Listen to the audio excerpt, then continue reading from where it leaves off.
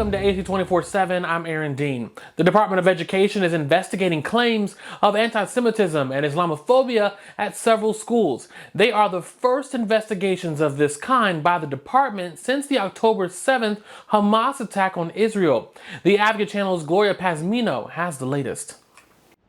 On a billboard in Times Square, Thomas Hand looks at his daughter Emily, who was taken hostage by Hamas on October 7th. Today marks her 9th birthday. She can't have a birthday like a normal child. So many families grieving and hoping in the U.S. However, communities say they are experiencing hate, this time on college campuses. The Department of Education is launching an investigation into 7 schools and universities so far of alleged incidents of anti-Semitism and Islamophobia. We take the responsibility very seriously to protect students' freedom to learn in an environment that's free of hate. Student groups have held hundreds of protests and vigils on campuses across the country, some turning violent. The probe will determine possible discrimination, and if there is just cause, these schools could risk losing federal funding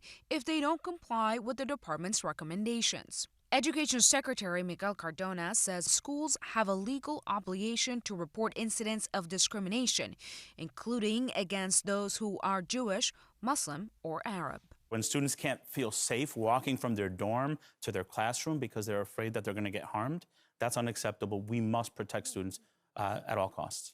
I'm Gloria Pazmino reporting. More people are getting student debt discharged through bankruptcy court. Borrowers must show paying off student debt would cause undue hardship. That hasn't changed, but new federal guidance issued last year made it easier to prove undue hardship. Officials say 632 student loan debt charges were brought to court between November of last year and September. According to the Justice Department, 99% of them received full or partial discharges. Many minority, disabled, and English language learning students didn't have equal access of education during the COVID-19 pandemic. That's according to new data released by the Department of Education. Those students had lower enrollment rates in certain math and science courses. Black and Latino students were underrepresented in advanced placement courses. The report is from the department's Office for Civil Rights. And some encouraging news in the fight against childhood cancer. According to the CDC, cancer deaths among children in the U.S. dropped nearly 25% between 2001 and 2021.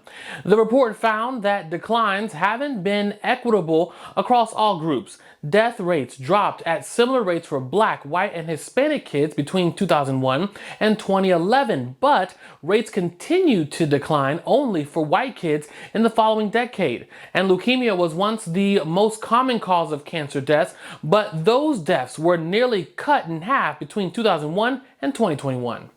A new federal assessment lays out what is called the economic consequences of climate change. The findings show extreme weather events cost the U.S. economy nearly $15 billion a year. Weather and climate-related disasters include floods, wildfires, and winter storms, with damages over $1 billion are becoming more common.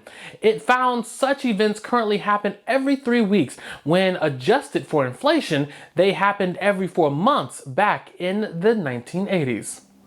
Thanks so much for joining us for AC 24/7. For more, go to theadvocatechannel.com and subscribe on the Advocate Channel YouTube page. For the Advocate Channel, I'm Aaron Dean.